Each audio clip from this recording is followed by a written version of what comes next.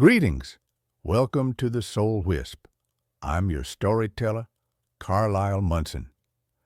Today's story is called Hammer, Trowel, and the Sea. In the soft light of a Virginia autumn, 1998, in a small town where dogwoods bloomed pink and the air carried the tang of wood smoke, Agnes Wheeler, 82, sat in a wicker chair on her screened porch, her hands folded over a silver locket. Her body bore the weight of years, arthritic knuckles, a stoop from decades of carrying grief, eyes like faded denim that still held a spark. The locket, worn smooth, held a tiny photo of her first husband, a curl from her second, and a bead from her third's rosary.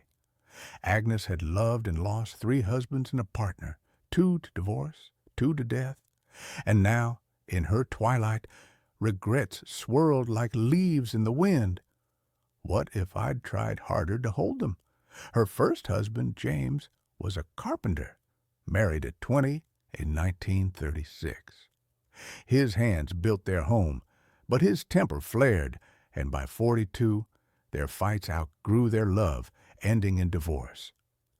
Agnes was left with a newborn son, Henry, and a heart bruised by failure.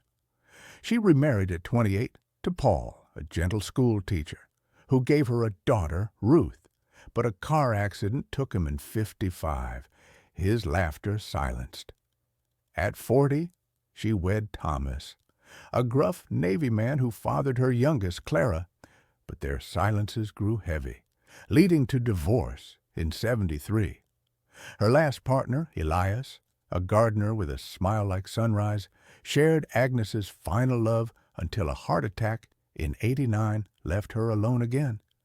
Each loss by choice or fate carved deeper, and Agnes wondered if she'd pushed too hard or not enough.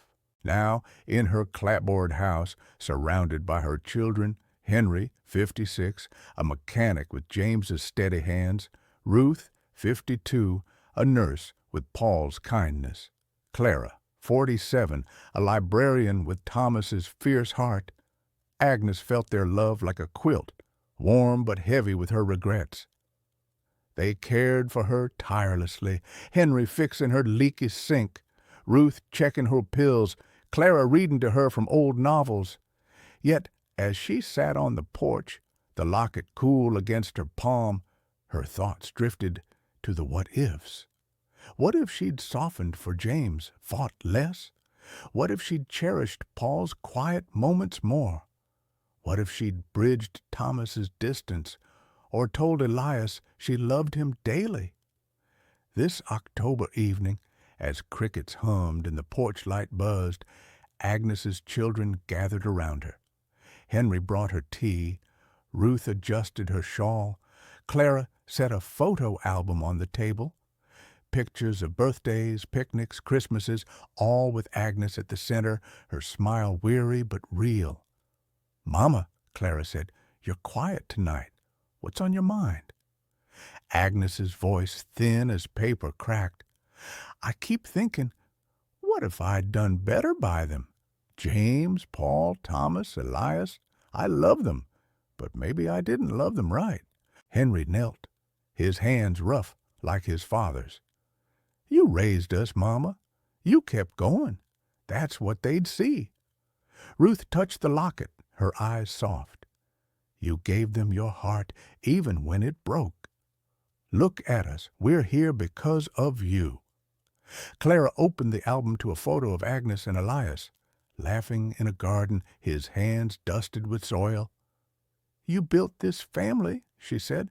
"That's enough." Agnes's regrets trembled like leaves ready to fall. She opened the locket, its contents a map of her heart, James's photo, Paul's curl, Thomas's bead, and a tiny seed from Elias's garden slipped in years ago. Her children's words sank in, a proverb rising unbidden. Love is not measured by what stays, but by what you give.